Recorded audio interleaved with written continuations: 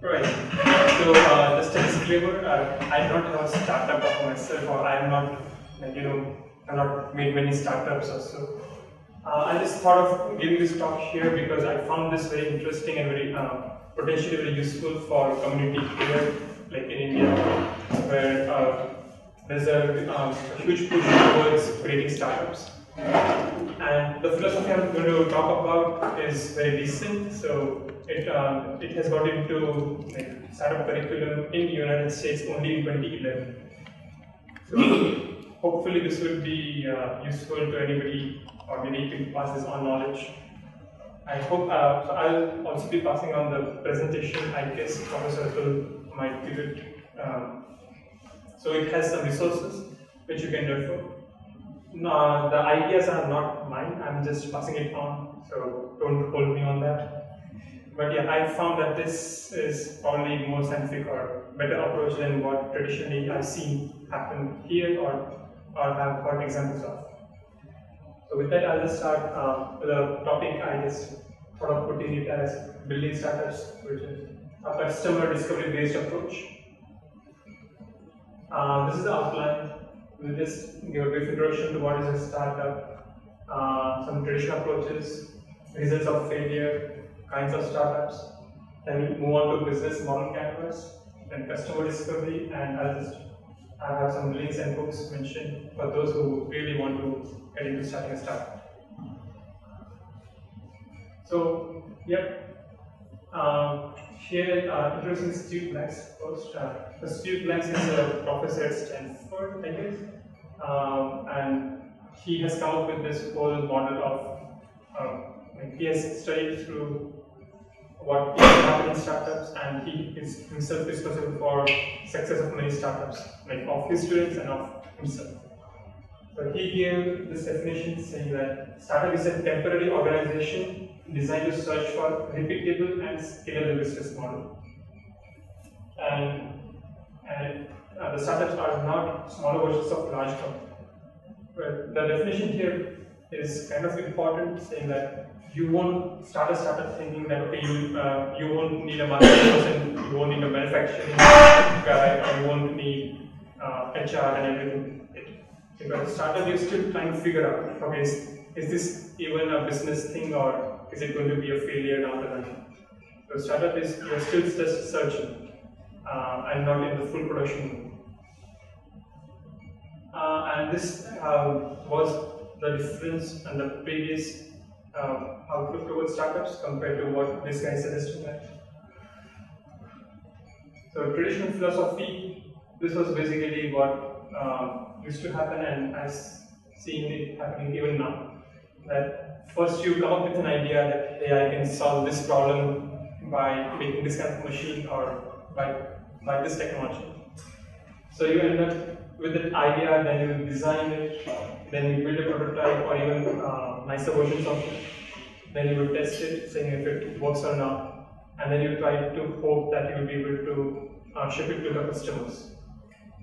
Now this model is perfect only if you already know who your customers are, or say if you are into automobile industry, if you know what customers, what people generally need. Okay, they want a means to go from point A to point B comfortably, safely.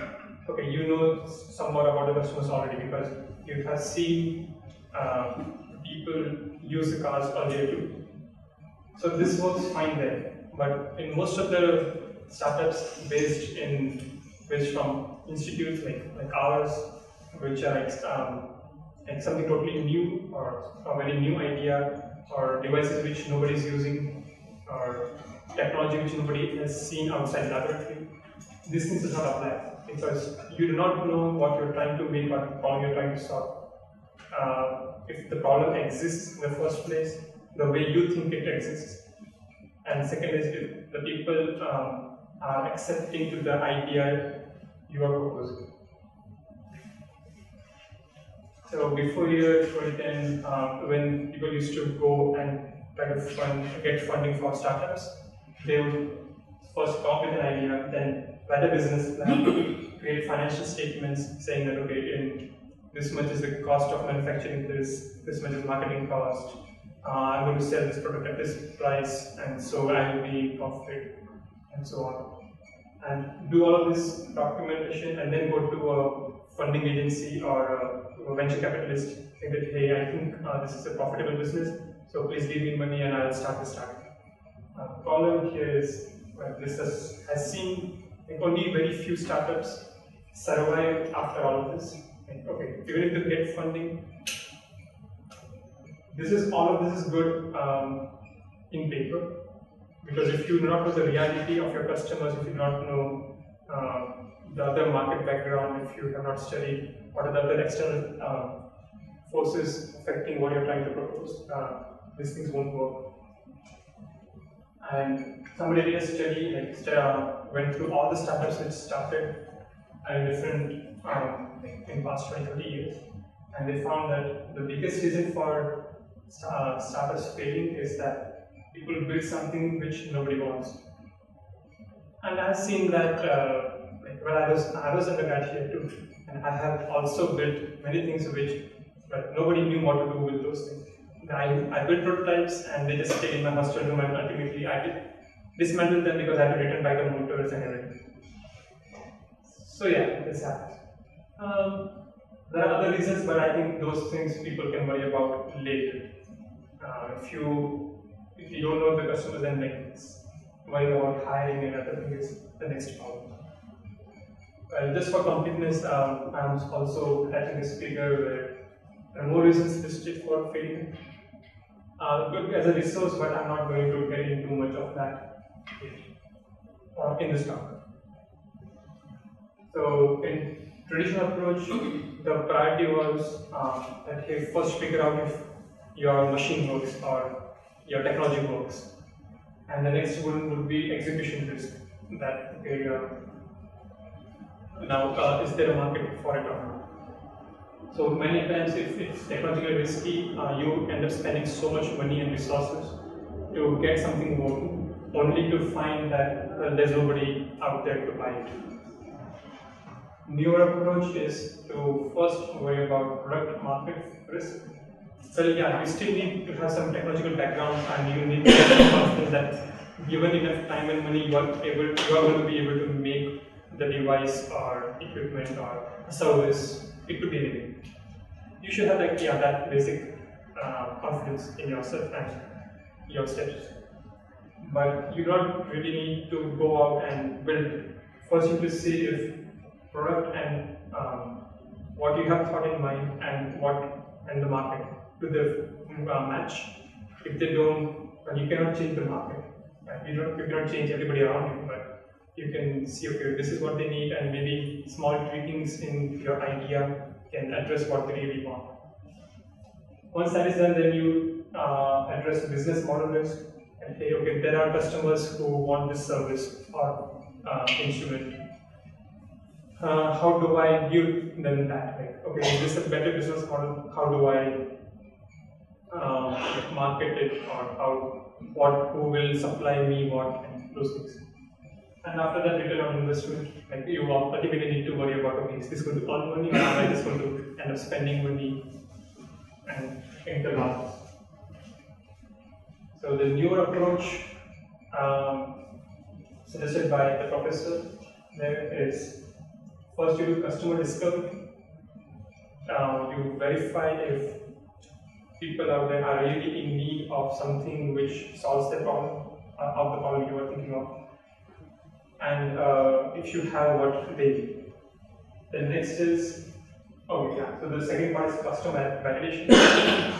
So you give them a small trailer that, okay, you had this problem, I have built this. Now, are you, is this what you really need? Is this what you would buy from me for whatever cost? You can say, yeah, this is exactly what I need. Means they should be not just a one person, they should be a significant number of people, sample size should be the best, as it is true in any experiment. And customer creation would be now to worry about how would you market this and get enough customers for what you're trying to make. Right? It could be of different, every startup is different. It's not, everything is not going to be a mass market. It could be that you are tending to a very, very small niche, say only laboratories in research institutes, or it could be, or if it's something like a mobile phone, then it's, the market is huge. But you need to identify who is that, and you need to figure out how will you get them to know that this is what you're giving, and well, otherwise there's no way of selling anything. Then comes confident building. Once you are confident that there are going to be so many hundred or thousand or whatever number of people or institutions going to buy that particular thing from you, then you can think of scaling it up to meet those demands. So, but yeah, first thing start with customer discovery. If you, and many, like the earlier approach was company building and marketing, and you don't even bother to see if there's anybody out there. So market types, well, there's existing market, as is true for any smartphone or automobile or most of the common purpose things, tables, chairs. We know who are the customers, we know how people buy things. Do they buy it from Snapdeal, or do they go to a shop to buy it? Like, we know everything about those kind of customers. So that is existing market. Well, if you enter an existing market, then you have to be very competitive in terms of, say, pricing, or like, you need to know why people are going to buy your product versus somebody else's. Maybe there's nothing other than just, okay, just getting one more, like one panwala on a street might still earn money because his location is like 2 kilometers away from the next panwala. So the location helps him. But this is the existing market, it's not a new market.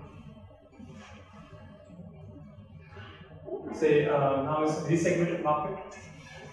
So the product exists, but you are creating a very like special addition to it, or you are creating it for somebody sub-segment of the market. Say tablets exist, but iPad was, say, for those who really want nice looking.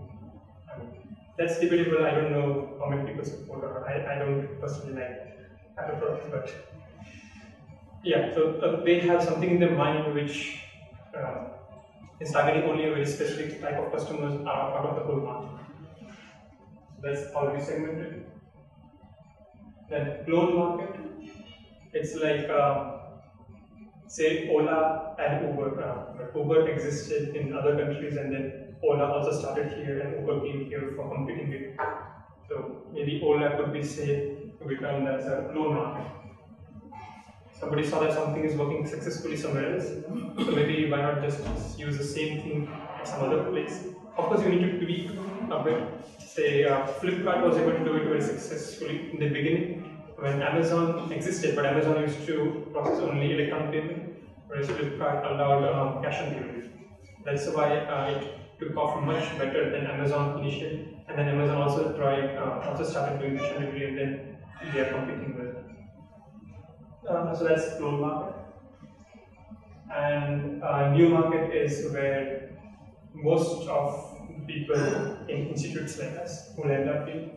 The new market is nobody has seen something like the thing you're trying to sell.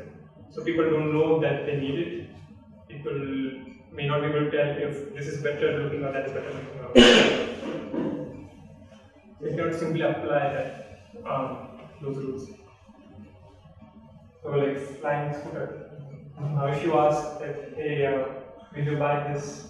Now people need to know, you may not just be able to estimate that okay, there's so many number of people will buy my vehicle just like that. You have to do enough research on that and have enough evidence to support that okay, producing this is going to be profitable. I don't see many of these flying around, so I believe that thing is going to crash. I mean, not literally, but that startup is going to crash. Alright, so now going to business model canvas. Now this gets more into some business school stuff, which even I'm not too much aware of, but just giving an idea here so that this serves as a resource to go for later. Here you will see like 9 segments.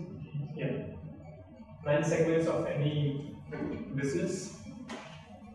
One the customer segments, customer relationship channels, revenue streams, value proposition. We'll go through each of we'll enter each of them in the remaining slides. But as of now, the only 2 most important things are customer segments and value proposition. If these 2 things are not figured out correctly, everything else is garbage. Because everything else is just implementing a way, assuming that you have a customer who needs this kind of value, then how are you going to provide it? How do they want to be contacted? How will you sell it? But now, if these assumptions are wrong, then you are not going to do any of it. You will end up doing what you will just end up wasting money. So the later part of the talk, I'll just try to stress on these things, but I'm just introducing each of these blocks for completeness, which people may need after they have figured out the first 2. Right. So if you see, the right half is customer facing. So you identify who your customer is, how you are going to market it to them, how are you going to provide it to them, the value customer sees, and the revenue you are going to get out of your customer. So right half. And the left half is, okay, who are going to be our partners, what are the activities we need to do to provide value to customers, and what are the costs we do. So yeah, going to customer segments, one needs to be really sure who you want to target. You cannot say everybody under the sky is your customer. Like, even if it is something as simple as a mobile phone, you still need to know, is this being targeted to rural crowd, or is this for urban people? And if urban people, is this for young people or elder people? You need to know who your customer is, so that you know how do they think, like what are their budget constraints typically, what is the age range, what are the kind of features they would ultimately like to have. So if you narrow down that, then you can study each of these people and interview enough of those people to see if the value you are trying to provide initially, if they really value that or not. Or you may find that, okay, you were, say, targeting rural youngsters, but you really find that, okay, they are not much into using phones. I'm just giving a random example. But in your research, you find that, okay, there are some urban people, like urban old age people, who would just be as happy to use that particular feature, particular development you made. So then you will just pivot in the sense, like change your direction from addressing, say, rural young youth to, say, urban mature or senior citizens. So you just shift your direction and then research again, okay, is this still a good idea for them? So you need to know who your customers are. Or it's not that you're going to know it immediately. There's going to be like initial guess, and then you will explore it enough to be sure that these are the people who are going to buy, or with some confidence, the value you are trying to provide. And customer types and roles. Like if here, say, you're talking about a mobile phone for a teenager. In that example, the decision maker may or may not be the teenager. The decision may be made by their parents or maybe by the teenager, depending on the kind of family. Then economic buyer being the parents, because probably the guys or the children are not earning it. Influencer could be the friends. The friend said that, yeah, this mobile phone is too good. This is end user being the teenager, himself or herself. Early evangelist, maybe a rich brat who would maybe test out something before, there are some people who would go out and try a beta version or some, just for evaluating it, and they would still go ahead and pay money because they think that, okay, yeah, this is so cool, I will try it even before the product is actually ready. So there are a few people like that, and you may want to know who they are or find a few so that they can give you proper feedback. Hey, I like this, but this is where you need to improve. This is how you can approach the other customers. So there could be people like that. Saboteur is like if some other company already exists, or there's somebody who, maybe a grandma for case of mobile phone, who wants to say that no, smartphones are bad for children. So that is going to work against your startup or your business. Then beneficiary, well, in this case, maybe if the mobile phone is being used for doing Paytm, ultimately, the shopkeepers who are going to get more business because of that may be beneficiary, but they are not really decision makers. So may or may not really address them properly while doing your search. So yeah, there are different kind of customer types, and one needs to understand who is who, so that if in some case saboteur is too strong, then probably that particular market niche is not good for your startup. Like if the saboteur happens to be a huge company who might just crush your work, then yes. Okay, moving on to the next value proposition. You need to see what are you really providing to the customers. It's not that this phone is going to have a loudspeaker, but fine, what is the value of it? Okay, this helps, like the loudspeaker of this phone helps people with hearing problem still work with the phone, or does it mean like they can listen to the music better?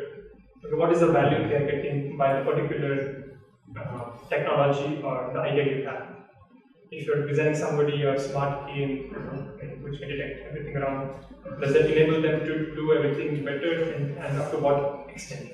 You may have to be quantitative about it, because ultimately if the value, like your pricing and those things depend on, is it slightly improving my life or is it like huge difference? That makes a buy or go or no go decision, or buy or no buy decision. Yeah, value proposition on product features, fine. And there are various types of value propositions which different startups will target. Here is the full list. I'm not going to go through all of them.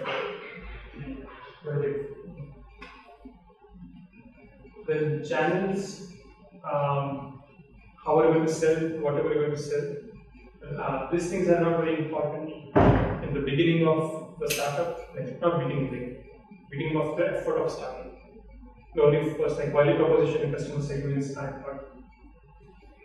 So, there are some ways one can sell the product. So if you are selling some instrument to a laboratory, and then you may need to give an extensive 1 month training or a week's training to the professor and the graduate students there, then it might be, you might have to do direct sales or system integration, you might have to employ somebody very special for that purpose. Compared to if you are just selling shoes or something, you may just sell it online on web or maybe to a shop, because it does not require as much effort from the sales point of view. It's easy to sell. Customer relationship, one worries about how do you keep and grow customers. For any online product, it might be giving advertisements online and you need to know where exactly your customers look for those things. You cannot be selling clothes in newspapers. you know, but then it's easier to keep customers than get customers. Getting customers is more expensive.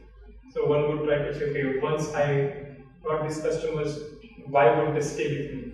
In terms of say service, once you go for say Geo phone, like why would people stay for it? Is it value of maybe price or something? Is it customer service? Yeah. And grow. You might have seen about like referral programs of some of the businesses. Like if you refer your friends, then you get so many rupees in credit. So all of this will go into a business plan. So business model. Support under revenue stream. How will you make money?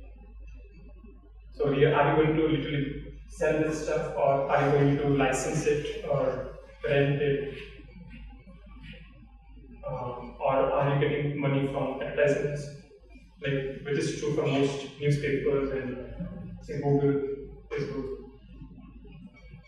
So yeah, one needs to figure out these things. Okay, plus well, this is more for like reading material, and then I don't need to go through them. Everybody's going to speak through. So key partners, why will you partner with whom, and you need to know what are you getting and what are they getting. If you don't get the answer for both of them, then something is wrong. Because if they are getting something and you are not, then there's no reason for you to partner. If you are getting something and they are not, then they might have some motive which you have not yet understood, or they are too naive to partner with you, which is less likely because they exist and you are stressed out. Acquisition of particular resources, users for completeness. The activities, say, if you are a consultancy company, then what you need to do is get projects and employ smart people to deliver the results. If you are an automobile company, what you need to do is you need to design and manufacture and supply cars or trucks. So key activities define that. What is it that you're doing? What is your company doing after it took off? And key resources is for doing what you want, what you need to do, or what do you need? Like, do you need offices? You need lab space? You need virtual computers? And then cost structure is everything you need, how expensive is it, and all this is more from business point of view, and one can figure out after one is properly set customers and the value exists. Okay, I think I'm going to finish it out much faster than much before 1 hour. So customer discovery.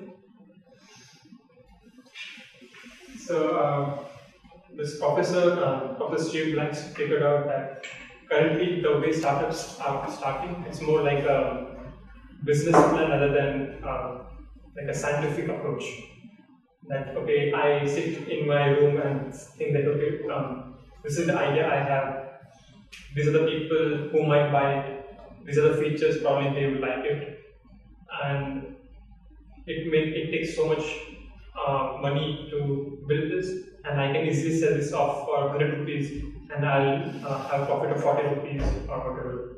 Now, even if you are really good in business and you really know all the expenses, say marketing costs, the biggest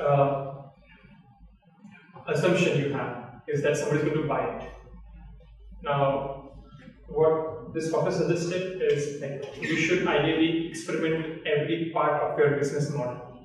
So in the previous slides, the 9 segments you saw, unless you really have gone out of your room and talk to people to know, okay, this is what the problem is, this is the need, these are the kind of people who want to buy, and this is how they would like to buy. You cannot be sure, and everything else is just like a fairy tale and not a reality. So they suggest creating a business thesis. So you start off with some initial guessing. this is iterative process. So you maybe in a numerical study, one would give initial guess and then let the computer figure out the rest. Similarly, here you start up with like this is that okay, probably this are my customers, and this is the thing I'm providing, a device or whatever, and they will buy it for this value that they pay. Once you do that, and this is again iterative. So as you go along the process, your customers, your product, and why will they buy it will change many times before you finally settle on something which works. While doing that, you need to generate hypotheses. Say, for example, again, going to mobile phones, you think that people need a particular feature, but that is still a guess. So you list down all the guesses which you have when you started off, and then you validate that by doing like customer interviews. So if you think that maybe a 30-year-old person would buy this particular product because of this, just go out and talk to another 30-year-old person. So I'll probably go to almost 30, I know. So yeah, you just go to a person and talk, but you won't say, like, the way to do this is that you won't go and say that, hey, do you want this? Because they will say, like, yeah, maybe it's good to have, or something like that. Or if they know you, then you are not going to get the correct answers you need for your research. So the question the interview won't be like, okay, hey, how are you doing? That's fine. But what are the kinds of problem you have when you are, say, going from point A to point B? Okay, well, where is the smartest you need? I'm not really giving good examples, but okay, let's be more specific. Let's take example of Uber. So if I was Uber when I was starting off, and I would go to a customer, a potential customer, to see if they would need my service or not. My first cut would be that my customers would be more like those who do not have vehicles already, those who do not have cars or two-wheelers. And the way they would interview is like, how often do you take rickshaw? Or how often do you take a cab? And how much do you end up paying? And what are the problems? And so you try to figure out what is the pain they have while going from point A to point B when they do not have their own vehicle. Now if the customer says that, yeah, it's like for calling rickshaw I have to walk 2 kilometers because the place I stay does not have a rickshaw hub or something, which may be true for IIT Gandhinagar too. Or the other thing is I don't like to carry so much cash and then I have to give change and everything to the rickshaw person. So the person, like say maybe the Uber is like loading all of this stuff. That yeah, and in the background it already has that idea, which it is not sharing yet. That I'm trying to create a service which is online based and you can just type in through the mobile phone. But you also need to ask the customer that, hey, how do you use your smartphone? Or do you have a smartphone? Because yeah, the customer needs exist, your everything else is fine, but if they are not able to access your service because of some other constraint, so those things are the things which a service like Uber, like that kind of startup, would be looking for while doing customer interview. And until the very end, or maybe never, Uber may not tell what the idea is. They won't go in and say, hey, I have this idea, do you like it? Because the moment you do that, the people will get biased towards it and will think only in that particular line which you have already thought of. So they will tell you nothing more than what you already know. So, but the point was to know, like the point is to learn from the customers, potential customers. So if you approach and you find out that there is really no need of Uber services here because everybody goes on bicycles, everybody has bicycles, maybe that whatever community you are in, then you might feel like, maybe this is not a good place to start. Okay, where else? Or maybe what else? Where else will be easier turnaround? Like, okay, maybe not in Ahmedabad, so maybe in Mumbai. That might be one go around. Like, where do I start my business first? If none of that works, then you might think, okay, the technology is ideally to know the location of the person and get something there. Now, where else can what else can I do with the technology? It may or may not be to do anything with the cab service. It could be with inventory management. I don't know, like just throwing ideas. So you develop some technology, but it does not really need to be at the place where you first thought that this is the application. The application could be very, very different from what you initially thought. Yeah, but all of that you would know only if you do very, very unbiased interviews of the people. Yeah, some interviews. I think I covered most of it here already. And you talk less, listen more. Sorry.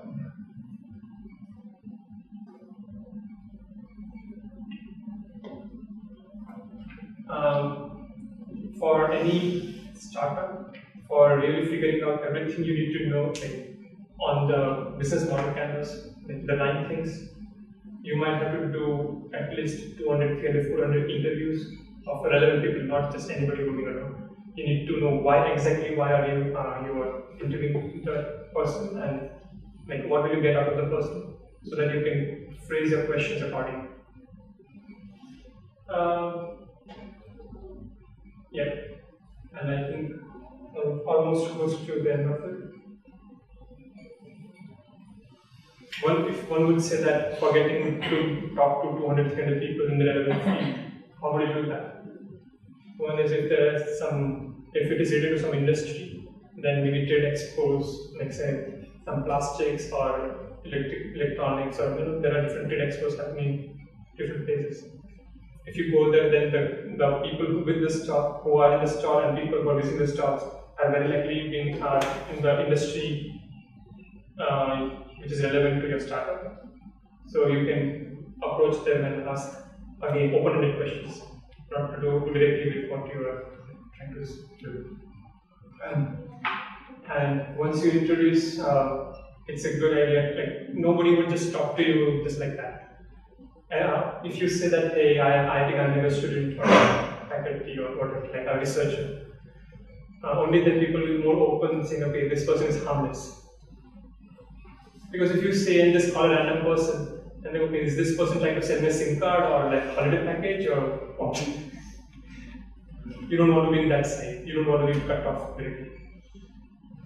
And once you get an interview, and if that is relevant, what you can do is ask the person if the person knows anybody else in the field or anybody else who's relevant to what you're doing, and if he or she can connect you with the person, so that can give you next interview.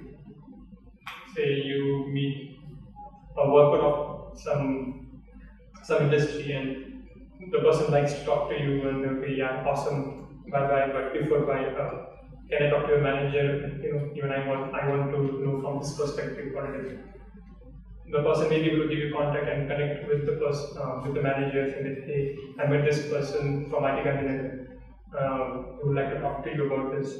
So you can get different perspectives about your ecosystem by talking to different people in the same organization at different levels, and they might be able to connect you like back and forth, so that you don't have to like do blank calls every now and then. Means opening a yellow page and then just calling a random number does not help. And I think with that, I'll just post the resources. Maybe if you want to, the books and the online course is pretty useful, and everything I talked about was pretty much from that online course. But I did that course physically; it was not from that.